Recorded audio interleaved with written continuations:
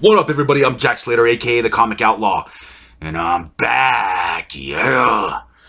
And we're going back into the world of Joe Fixit, the Incredible Hulk. Yes, and this has been a strange tale. And to tell you what, I need to see Joe Fixit, man. This is a lot of buildup, so this better pay off sooner or later, because damn.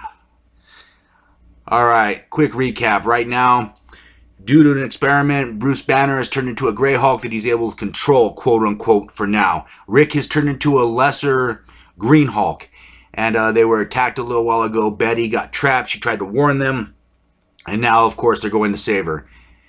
And as they save Betty, this is where Betty realizes that Rick is now the Hulk, and he suffers the same way that Banner has suffered. Now, some people might call this poetic justice, since it was Rick that got him into the situation that he was in the first place. Then again, no one told Banner to build the gamma bomb, right?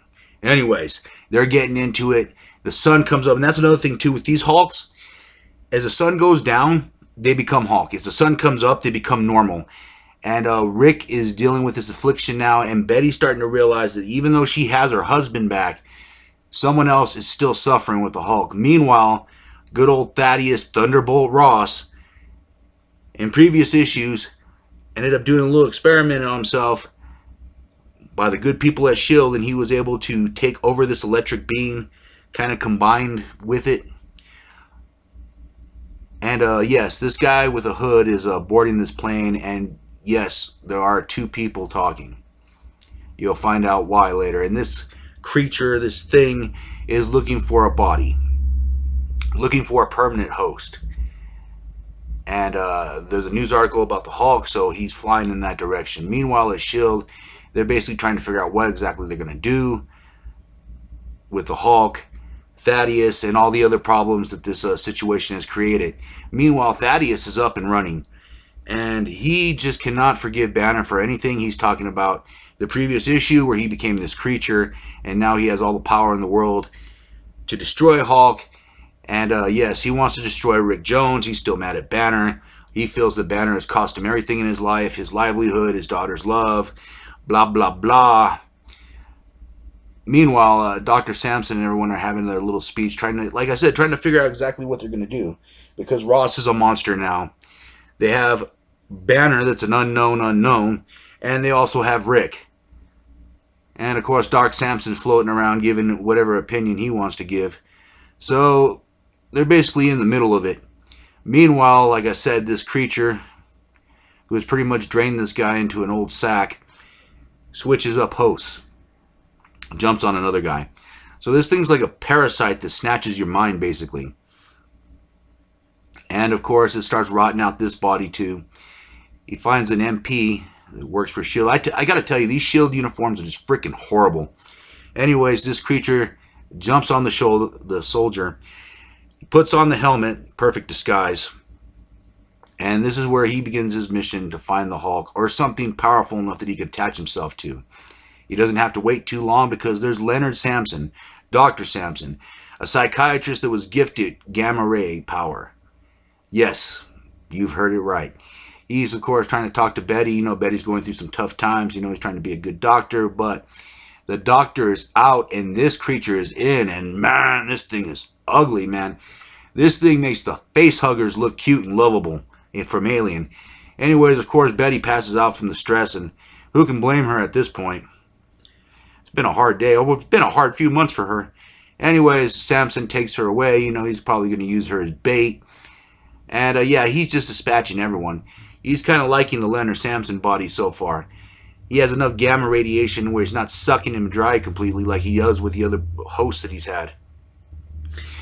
And I guess this creature wants to explain what's going on. Of course, Rick and Bruce are having a little bonding moment, you know, since Bruce has kind of been teaching him how to be the Hulk, how to do things as the Hulk, because he lived with it for so long. Of course, Betty's been kidnapped. Thunderbolt tries to take charge of the situation. So does Bruce in his own way, and this is where they find Samson with the creature's head on top of him. Apparently, some kind of mutant. He went through hard times, and now he wants to seek vengeance on the world by absorbing a body where he could just start destroying things and just wreaking his vengeance upon humanity. I guess he's a mutant or something like that. But anyways, Rick comes in, he's feeling the stress, the power, because the sun is going down. And it's time for the Rick Jones Hulk to bash in. And of course, he's not just going to leap into a new Hulk. No. He's going to test the limits of this Hulk first with Samson's body. And they're getting into a fight. And this is where he realizes that Rick, even though he is a Hulk, he's not as strong as the old Hulk. And Samson is just taking him, beating the crap out of him. I mean, he's just beating the ever-loving crap out of him. Of course, Rick gets a few shots here and there. And of course, they try to get on top of this parasite. They try to grab Samson, try to straighten him out. But Samson is just too strong. And this is where Samson thinks to himself, maybe I should just take Betty and see what happens. Parasite jumps out. And of course, it attaches itself to Bruce. And Bruce still has gamma radiation in him. And this is where Bruce is trying to figure out a way to sacrifice himself in order to save Betty's life. And this is where Ross kind of realizes that too. And of course, Banner slams his head into the thing. The creature, of course, jumps off. It tries to jump for Rick Jones, Betty, whoever it can. It needs to attach to someone. And it attaches itself to Thunderbolt. And the problem is with this creature doesn't realize is that Thaddeus is a monster too. And he just lets him have it with a full power. Boom! He brings the lightning down upon them both. And of course, this just disintegrates the creature. And Thaddeus is laying there, injured and mortally injured again. We don't know. I mean, this man has died and came back. So it's really hard to tell. And this time he's out for the count. Betty's holding on to him.